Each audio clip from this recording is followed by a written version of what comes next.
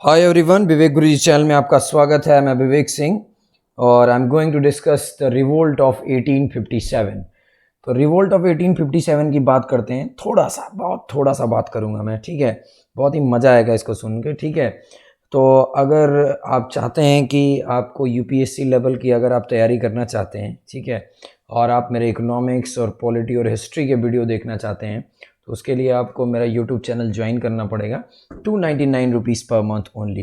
तो just I am going to draw the map here.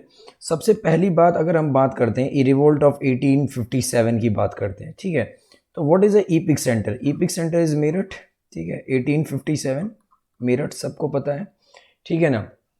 अच्छा, there are certain dates which are very important, है ना। The date which have impact on history. कोई भी ऐसा date जो history में बहुत ज़्यादा इम्पैक्ट डालता है ना, वो डेट बहुत इंपॉर्टेंट होता है।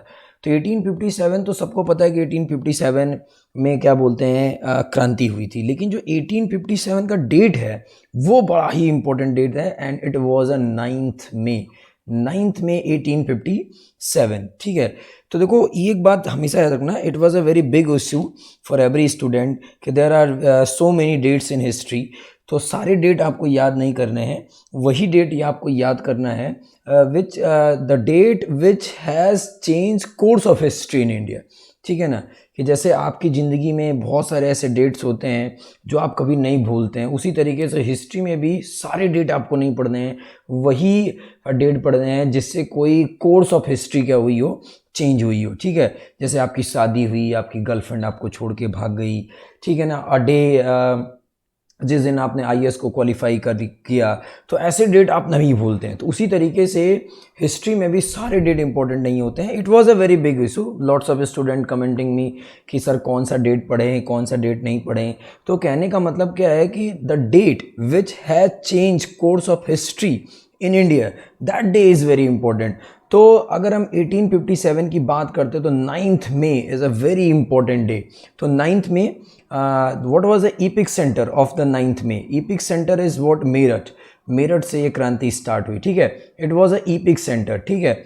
9th में the waves started spreading now Kanpur. अब वो कानपुर की तरफ क्या कर गई, पहुंच गई। Who was there? Nana Sahib. Nana Sahib is a adopted son of Bajirao second, fighting for what? Pension, कि बस पेंशन दे दो हमें। Lucknow, and then the next center is what? Lucknow is a Begum Hazrat Mahal, and she was fighting for his son Birjis Qadir, and then the waves started towards Jhansi. तो when we talk about the Jhansi, तो जब कभी हम झांसी की बात करते हैं तो झांसी, रानी Lakshmibai, she was fighting for his वतन Jhansi, and then the waves started towards where? Ara. When we talk about the Ara Kunwar Singh, he was fighting for Jamidari. So now very important message from here कि अगर हम इस पूरे event को देखते हैं, the epic centre is what? Meerut. और ये जो मेरठ से स्टार्ट होता है कहाँ की तरफ? कानपुर की तरफ, लखनऊ की तरफ, एंड देन द झांसी की तरफ, एंड देन द आरा की तरफ, ठीक है। तो अगर हम इस पूरे इवेंट को देखते हैं, 1857 के पूरे इवेंट को देखते हैं, तो there is a very important quotation कि common man which is called mango man have only one eye, उसके पास केवल एक आँख होती है, ठीक है ना। An aristocracy has a 2 eye, an enlightened has a 3 eye, ठीक है ना। Enlightened person have a 3 eye, ये डायलॉग याद रखना। Common man have a 1 eye, aristocracy have a 2 eye, and the third person is enlightened, and enlightened person have a 3 eye. कि जो common आदमी है ना, उसके पास केवल एक ही आँख होती है। और those who are sit in parliament, जो पार्लियामेंट के अंदर बैठे हैं ना, they have a 2 eyes, and enlightened person have a 3 eye. Enlightened person like lord Shiva have a 3 eye. तो जैसे एक एग्जांपल लेते हैं कि if I am talking about in the perspective of common man, कि अगर मैं मैंगो मैन के हिसाब से बात करूं, मैंगो मैन मतलब आम आदमी के हिसाब से बात करूं, तो I am Hindu, I will see everything from the perspective of Hindu, ठीक है ना। इफ आई एम हिंदू, तो I will see everything from the perspective of the Hindu. और एरिस्टोक्रेसी, अगर यहीं पे एरिस्टोक्रेसी होगी, तो aristocracy will have 2 I. He will see the things from the perspective of Hindu, then Musliman, then Christian, then Sikh. He will have two perspective of things, मतलब उसके पास क्या है, जो एरिस्टोक्रेसी है, जो पार्लियामेंट के अंदर बैठे हैं ना, दे हैव अ टू आई। अब वो क्या कर रहे हैं कि किसी पर्सपेक्टिव को हर तरीके से सोच रहे हैं, मुसलमान की तरीके से भी, क्रिश्चियन की तरीके से भी, हिंदू के भी तरीके से भी, और क्या बोलते हैं सिख के भी तरीके से भी, हर तरीके से उसको क्या कर रहे हैं, सोच रहे हैं। And enlightened person like Buddha, Mahavira, etc, they have a three I, they have a I of vision also, उनके पास जो है विजन भी है, याद रखना। ऑल्सो दैट, इसीलिए आपने देखा होगा कि जो हिंदू धर्म होता है उनके घरों में कैलेंडर होते हैं, और कैलेंडर में लॉर्ड शिवा की जो है वो तीसरी आंख क्या होती है, खुली रहती है।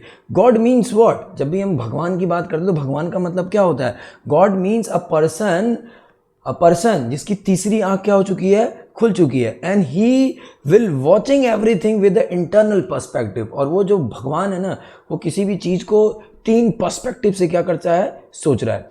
तो अगर हम इस पूरे इवेंट को देखते हैं, हाँ, हमेशा ये बात रखते हैं ना कि common man have a one eye, aristocracy those who are sitting in parliament they have a two eye, and those person who are enlightened like Buddha, Mahavira, lord Shiva have a three eye, उनके पास तीन आंखें हैं, ठीक है ना। तो हमेशा ये बात याद रखना कि आप अगर ये बात करते हैं, अगर आप इस पूरे रिवोल्ट को, अगर 1857 के पूरे रिवोल्ट को अगर आप कॉमन मैन के पर्सपेक्टिव से देखते हैं तो it was a failure, it was a failure, ये एक फेलियर है। अगर आप कॉमन पर्सपेक्टिव के हिसाब से अगर ये सोचते हैं कि 1857 का रिवोल्ट क्या था, तो it was a failure. But from the perspective of the aristocracy it was not failure, it created the legacy from the freedom struggle, it created the legacy from the freedom struggle। अगर हम aristocracy के हिसाब से इस पूरे event को देखते हैं तो it will created the legacy from the freedom struggle, कि इसने फ्रीडम स्ट्रगल की एक लेगेसी को क्या किया, स्टार्ट किया। Later on when the freedom struggle started we use the names of the heroes of the struggle to instigate the people in freedom struggle, कि जब ये रिवोल्ट हो गया, इस रिवोल्ट को जब अंग्रेजों ने दबा दिया, कानपुर को दबा दिया, लखनऊ को दबा दिया, ठीक है ना, साथ ही साथ क्या बोलते हैं, झांसी को दबा दिया, आरा को दबा दिया गया, तो हमने इसी रिवोल्ट के हीरोज़ को, इसी रिवोल्ट के हीरोज़ का नाम लेके फ्रीडम स्ट्रगल के लिए लोगों को इंस्टिगेट किया।